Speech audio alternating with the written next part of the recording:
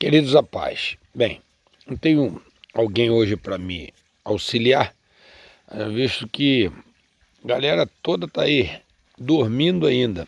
Mas vamos lá, eu tenho um estudo para você nessa manhã que é sobre a igreja.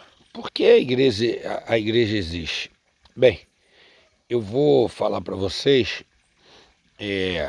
João 4:24 vai dizer que Deus é espírito, importa que seus adoradores o adorem em espírito e em verdade. Efésios 4:11-16 vai dizer: e ele designou alguns para apóstolos, outros para profetas, outros para evangelistas e outros para pastores e mestres, com o fim de preparar os santos para a obra do ministério, para que o corpo de Cristo seja edificado, até que todos alcancemos a unidade da fé e do conhecimento do Filho de Deus e cheguemos à maturidade, atingindo a medida da plenitude de Cristo. O propósito é que não sejamos mais como crianças levados de um lado para o outro pelas ondas, nem jogados para cá e para lá, por todo o vento de doutrina e pela astúcia e esperteza de homens que induzem ao erro. Antes, seguindo a verdade em amor, cresçamos em tudo naquele que é a cabeça, Cristo. Dele todo o corpo ajustado e unido pelo auxílio de todas as juntas, cresce e edifica-se a si mesmo em amor, na medida em que cada parte realiza a sua função. Ainda em Mateus 28, verso 18 e 20, vai dizer que: e disse Jesus, reunindo seus discípulos: todo o poder foi-me dado no céu e na terra. Portanto, ide, fazei discípulos de todas as nações, ensinando eles a guardar tudo o que eu tenho ensinado a vocês. E existe uma pergunta: por que a igreja existe, querido? Por que nos reunimos todos os domingos após domingos? Por que você, ao invés de ficar em casa vendo as programações de domingo na televisão, vocês estão vindo para a igreja? Por quê? Porque eu tenho uma resposta para você. Por que você fica também lendo a Bíblia e por que você é chamado de crente? Precisamos saber, na verdade, qual é a nossa missão, qual é o nosso propósito. E aí, a partir daí, nós precisamos saber o que nós devemos fazer. Bem, em relação a Deus, a igreja existe para quê? Para adorar. Você sabia que a adoração é a maior missão da igreja? Sabia disso?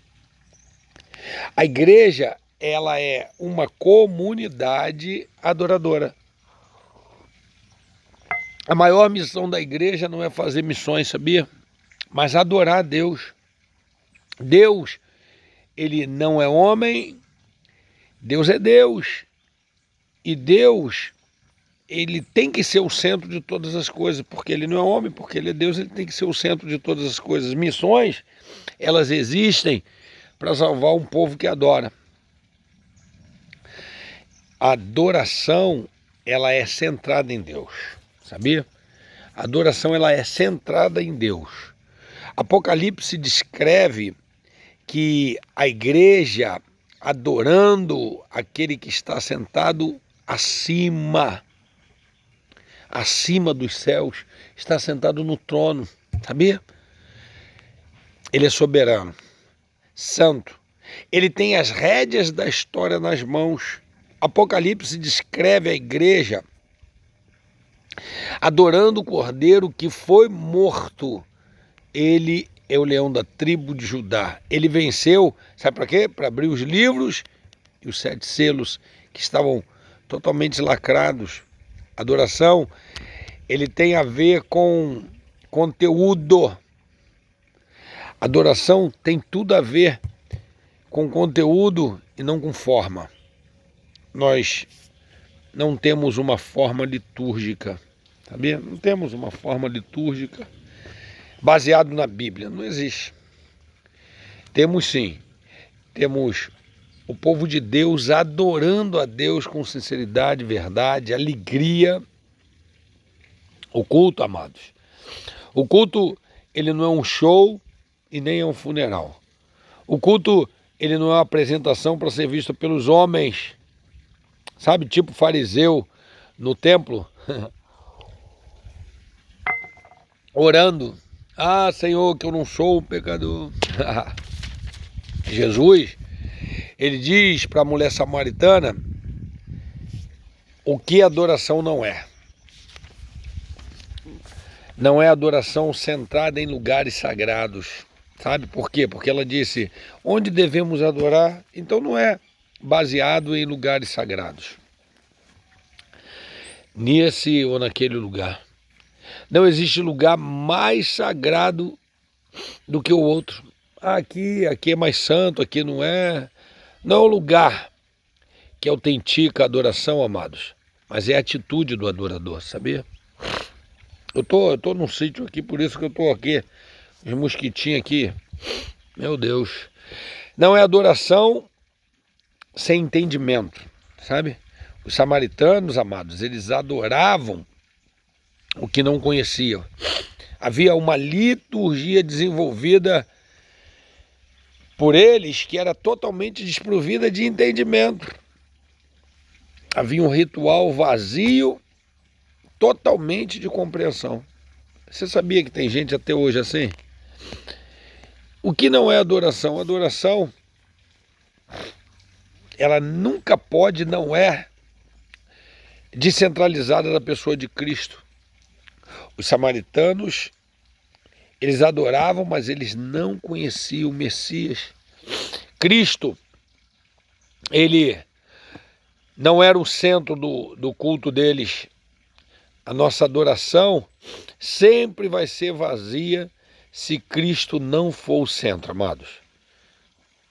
O culto não é para agradar aos homens. A música não é para entreter. A verdadeira música, sabe de onde ela vem? Do céu. E ela é endereçada ao céu, sabe? Nós devemos endereçar o nosso louvor, a nossa adoração ao céu, ao Senhor. Jesus diz à mulher samaritana o que é adoração.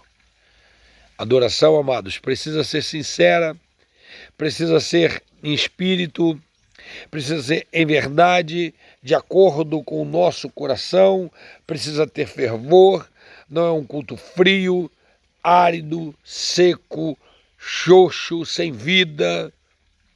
E nós temos princípios bíblicos para o adorador. O adorador, ele precisa entender que a sua vida é a vida da sua adoração. Não é estar preocupado com ele, mas com a adoração que ele está levando a Deus. Deus, ele não está procurando adoração, ele está procurando adoradores que o adorem em espírito e em verdade. A prática da adoração, ela está enraizada na vida do adorador. A prática da adoração jamais pode ser divorciada da pessoa do adorador. Um exemplo que eu tenho para você, sabe de quem? Caim. Deus, ele rejeitou a vida de Caim antes de rejeitar a oferta e o culto de Caim. A Bíblia vai dizer que Deus rejeitou Caim e a sua oferta. Por quê? Porque não havia uma adoração sincera. Se a nossa vida não estiver direta com Deus, a essência com Deus, a vida com Deus, o nosso culto vai ser uma ofensa ao invés de ser uma oferta a Deus. Sabe?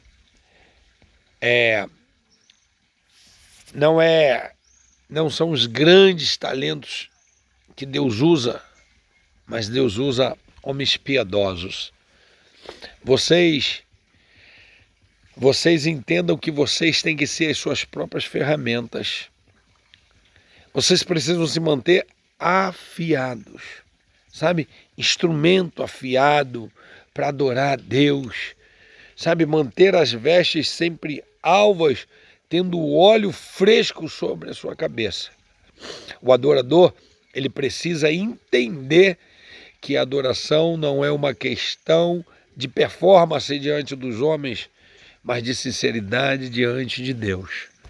O profeta Isaías, ele levantou a sua voz em nome de Deus e ele disse: este povo me honra com seus lábios, mas o seu coração está longe de mim. E Davi, ele compreendeu que Deus procura a verdade no íntimo. Deus não só procura, como ele conhece a verdade no íntimo. E aí nós vamos ver, por exemplo, Hofni e Finéias. Eles trouxeram a arca para o acampamento, símbolo da presença de Deus, e mesmo assim, o que aconteceu? O povo foi derrotado. Por quê? Porque eles sabiam que a arca poderia ajudar, mas eles não tinham intimidade com a presença de Deus. Amós 5:21 vai dizer: Deus disse, aborreço, desprezo as vossas festas e com as vossas assembleias solenes não tenho nenhum prazer, e ainda que me ofereçais holocaustos, eu não vou ter prazer. E ainda que me ofereça as suas ofertas de manjares, eu não vou me agradar deles, nem atentarei para as ofertas pacíficas dos vossos animais cevados. Afasta de mim o estrépito dos seus cânticos, porque não ouvirei as melodias das suas liras. Antes, corra o juízo com as águas e a justiça com o ribeiro perene. O adorador precisa entender que um culto, ainda que ortodoxo, divorciado da vida cotidiana, não agrada a Deus, amado. O apóstolo Paulo diz que o culto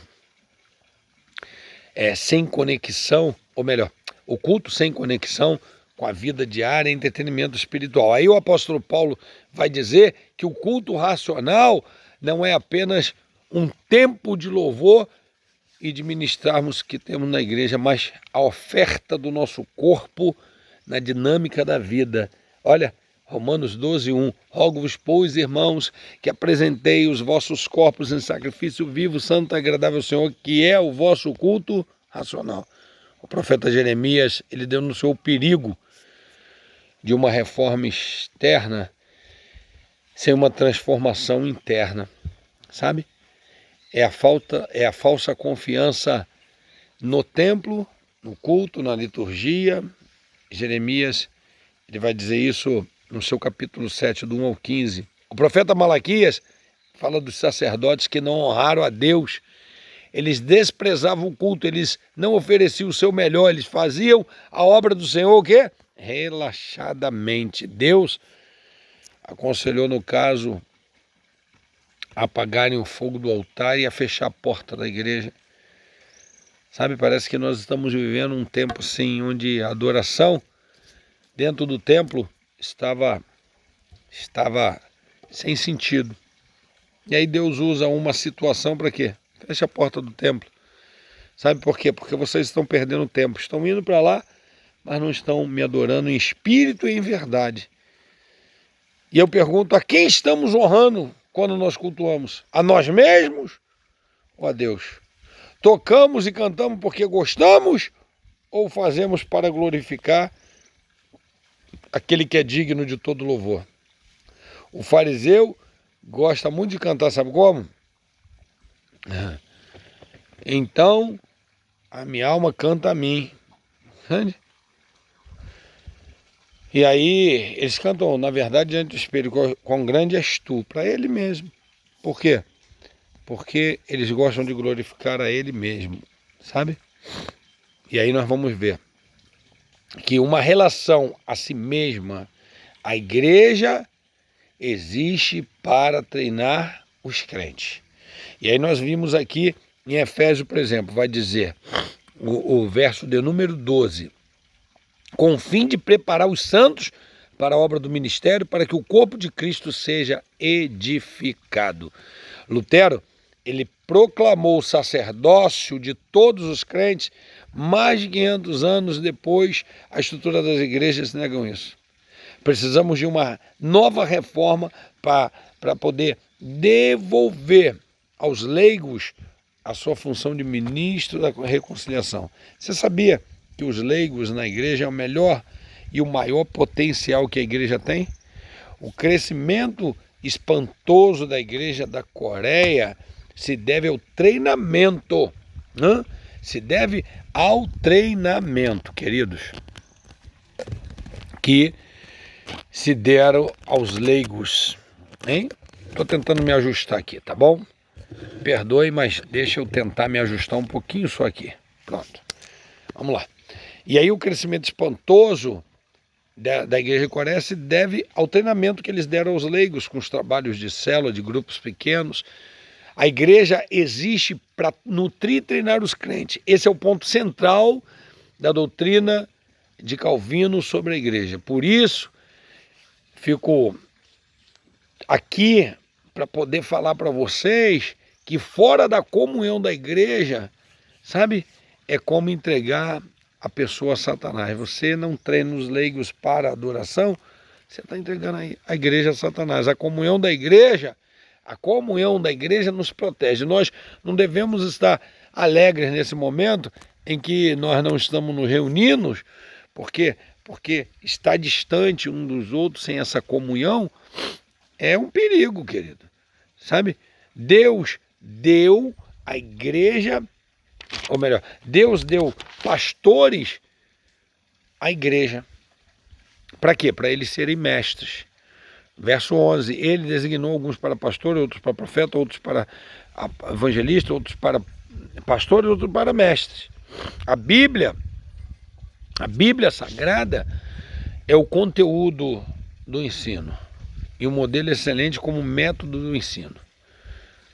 Agora, existem alguns exemplos distorcidos de que a igreja, por exemplo, a igreja cresce. Isso é um exemplo distorcido. A igreja não é creche. O que é a igreja creche? A igreja creche é a igreja onde os crentes são bebês, crianças espirituais que não demonstram maturidade. Uma criança é instável, uma igreja é centrada em si mesma, uma igreja tem a compreensão limitada. A igreja creche, uma igreja depende dos outros para cuidar de si mesma. A igreja pai, conhece a igreja pai? Esta é a igreja onde os crentes com 10 anos ainda tomam mamadeira. Ou seja, o crescimento é retardado, sabe? A igreja desnutrida é uma igreja que come apenas uma vez por semana e aí o que acontece? Fica desnutrida. A igreja flácida é uma igreja que come, dorme, come, não faz exercício e aí se torna flácida espiritualmente. Não tem músculos, não tem resistência espiritual, maturidade não é conhecimento, maturidade é vida, é caráter transformado à imagem de Cristo, amados. A igreja Colônia de Férias, conhece? A igreja Colônia de Férias é o lugar onde gostamos de ir, sabe quando? Quando não temos uma coisa mais importante para fazer. Aí tem a igreja Plateia. A igreja Plateia é um lugar onde vamos para assistir o que acontece. Nós somos apenas a plateia. Nós nos assentamos, assistimos e vamos embora sem nenhum envolvimento. E a igreja clube? Conhece? A igreja clube é um lugar onde pagamos nossa cota para que tenhamos um ambiente limpo, gostoso, confortável. É um lugar onde gostamos de ir com a família, ter um tempo agradável e edificante. A igreja não é uma praça de entretenimento espiritual, queridos. A igreja, ela não é um prédio onde nos reunimos. Ou seja, depois que o véu do templo rasgou de alto a baixo, sempre que o Novo Testamento se refere ao templo de Deus, está falando do nosso corpo, da nossa vida, do nosso culto racional.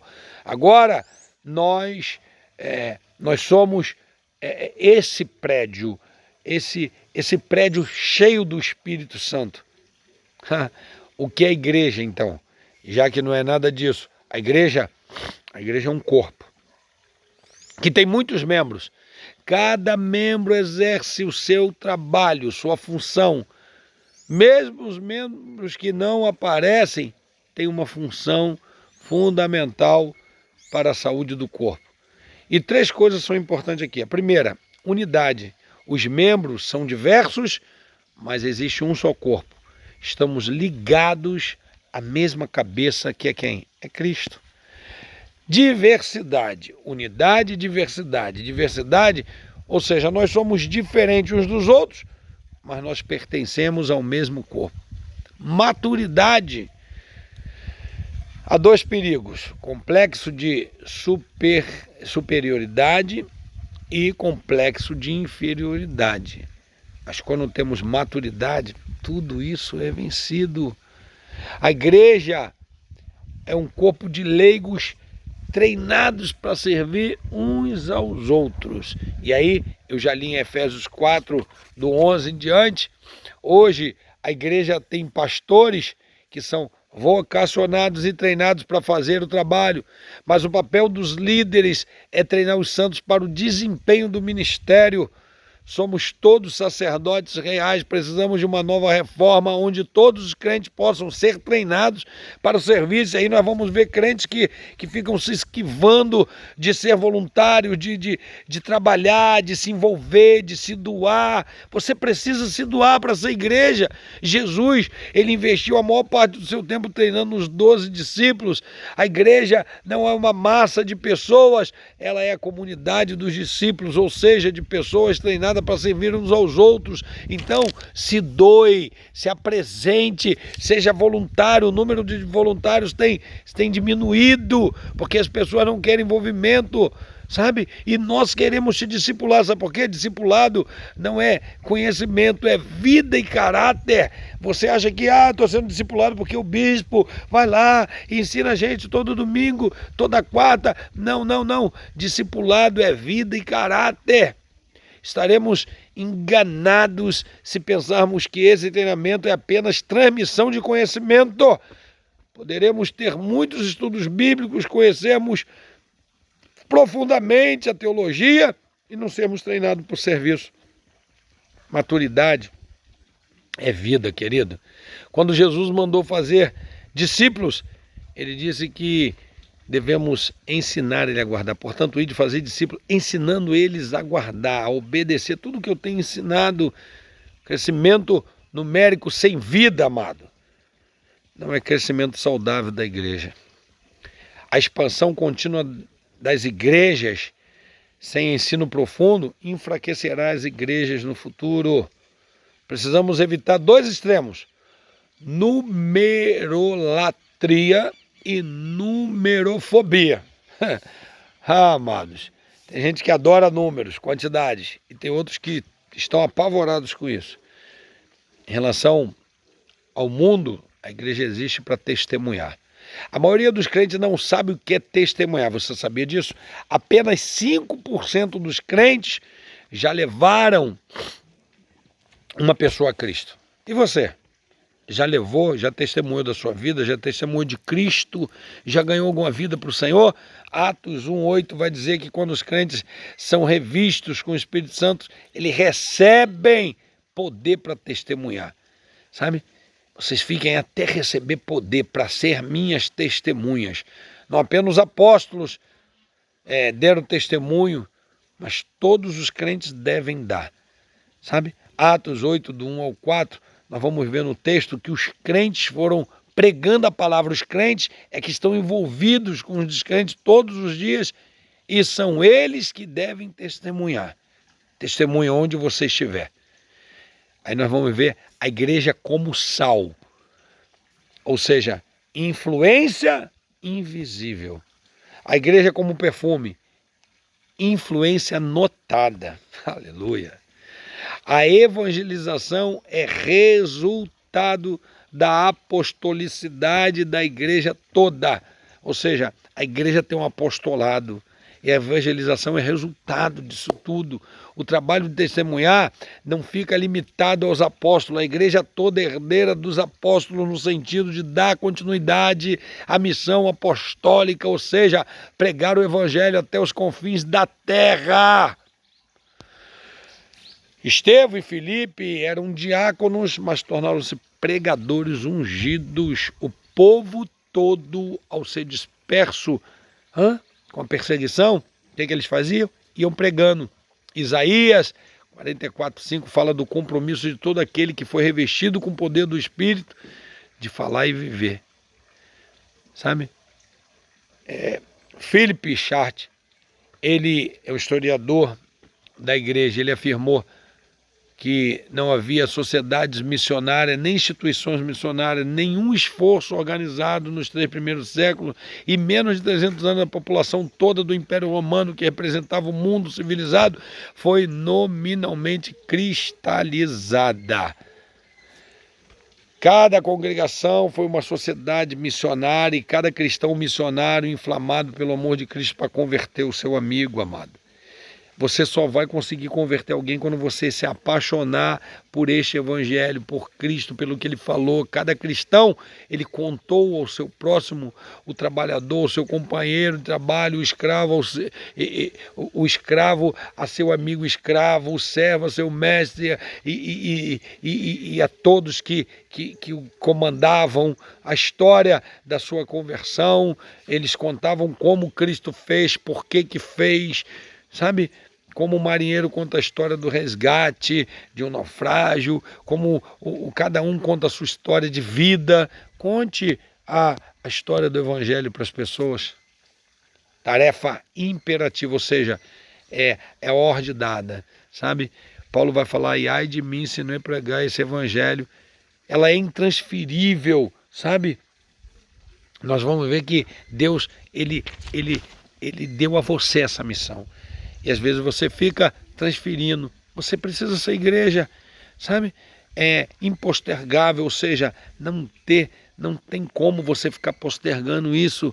Fazer discípulo é essência da grande comissão, sabe? O discipulado, ele é dinâmico. Portanto, ide, sabe? É prático, ensinar e guardar. É integrador, batizando. Lá deve ser o centro nevrálgico do testemunho do evangelho. A igreja primitiva, ela não tinha templos. A gente está agoniado porque não está indo ao templo, mas você não precisa dele para poder evangelizar. Pelo contrário, a evangelização não acontece dentro da igreja, acontece fora. Dentro é comunhão, sabe? E aí, esses crentes ganhavam. Você veja que Pedro vai pregar e 3.000 almas se rendem. O que eles fazem? Começa a discipular.